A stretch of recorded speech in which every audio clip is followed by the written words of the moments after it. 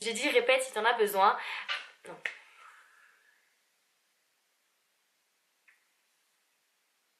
J'arrive plus à filmer mes vidéos. Salut tout le monde. Alors, je suis un peu stressée. Ça fait 3 fois que je recommence ma vidéo et maintenant je me sens plus du tout à l'aise devant ma caméra.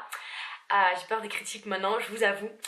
Donc voilà, donc je vais essayer de faire le plus simple possible, de pas trop m'éparpiller, même si j'adore parler à ma caméra, c'est bizarre, mais j'aime vous parler et je me dis que j'ai tellement de choses à vous raconter, à partager avec vous, que parfois mes vidéos elles sont beaucoup trop longues.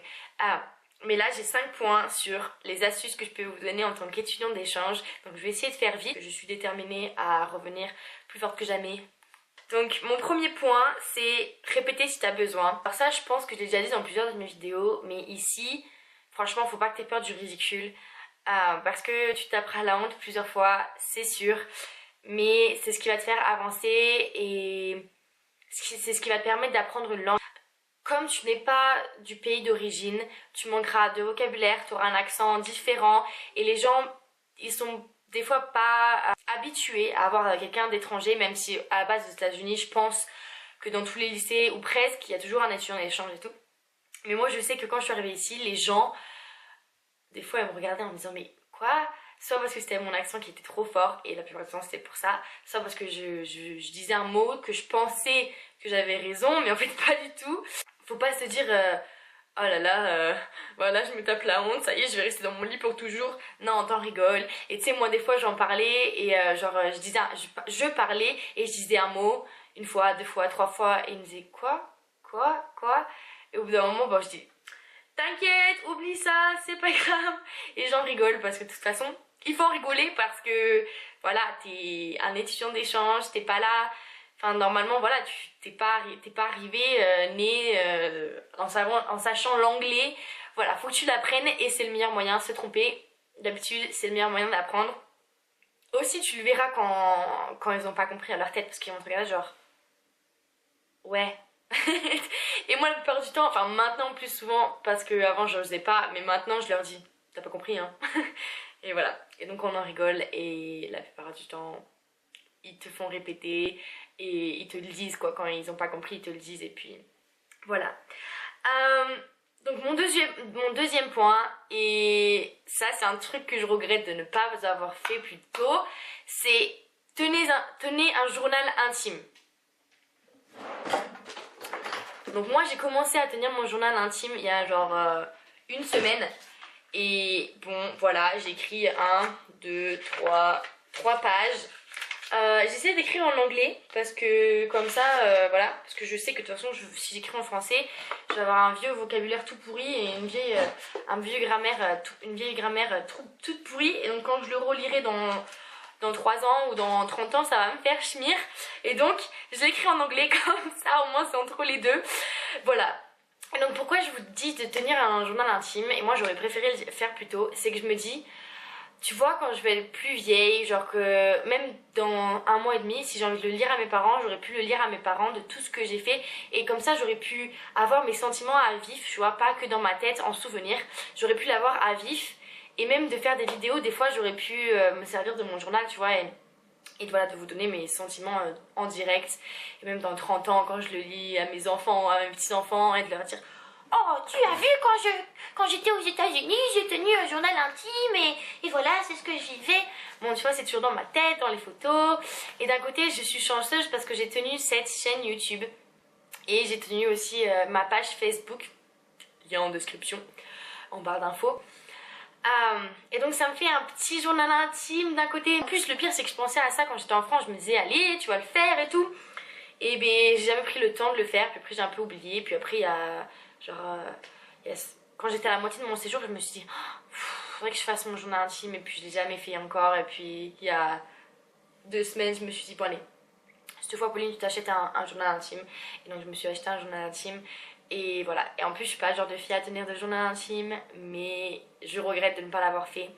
Donc si vous voulez un conseil, tenez un journal intime même dès le début, genre avant que vous soyez parti, genre pour avoir un petit peu le avant et le après, le avant, le pendant et le après.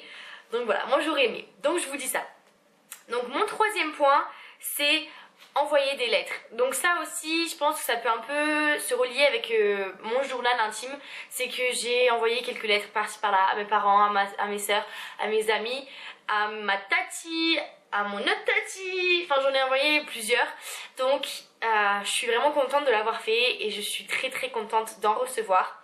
Et pour vous dire, je ne suis pas encore partie. Il me reste encore un petit peu, un mois et demi, un peu plus. Donc à mes parents et à mes soeurs et à mes amis, envoyez-moi des lettres, ça me fera plus que plaisir. Donc voilà, je ne suis pas partie. Mon quatrième point, attends, c'est le quatrième point, 1, 2, 3, 4, ouais, c'est le quatrième point. J'ai marqué raconte ta vie à tout le monde. C'est pas trop comme ça sonne sur le papier, donc je vais vous l'expliquer plus en détail. C'est ce que je veux dire par raconte ta vie à tout le monde, c'est pas genre en mode moi j'ai fait ça et j'ai fait ci et j'ai 2 sœurs et blablabla. Non, c'est en mode genre si quelqu'un vient te parler, et la plupart du temps ils viendront te parler ou presque, genre je veux dire la première fois, juste t'arrêtes pas à oui, non, tu vois, développe, vraiment. Mais genre raconte ta vie parce que bon, la plupart du temps les gens quand ils viendront te parler c'est parce qu'ils s'intéressent à toi, mais il y aura aussi des gens qui viennent te parler juste par courtoisie, oups. Donc juste raconte ta vie et tout ira bien, voilà, je pense. Genre je veux juste dire développe ce que tu es en train de dire, développe où tu habites, la famille que tu as, ce que tu aimes faire en France, la personne que tu es, tu vois. Et comme ça après ça leur donnera envie de revenir te parler et après toi tu t'intéresses à eux et tu vois, genre pour que ça soit vraiment plus interactif on va dire et pour que ça soit pas juste ça va, oui, tu vois. Vraiment que tu continues la conversation. Parce que je pense que toi, en étant étudiant d'échange, tu dois faire aussi ta part. Parce que certes, ils vont venir te parler plus facilement. Mais toi, tu faudra aussi que tu ailles leur parler. Et tu vois, genre continue le dialogue et tout. Et ça leur plaira. Et mon 5e point, c'est faire des choses que tu n'oserais pas faire en temps normal. Dépasser tes peurs. C'est le moment. Et ça j'ai marqué, c'est le moment avec plein de points d'exclamation.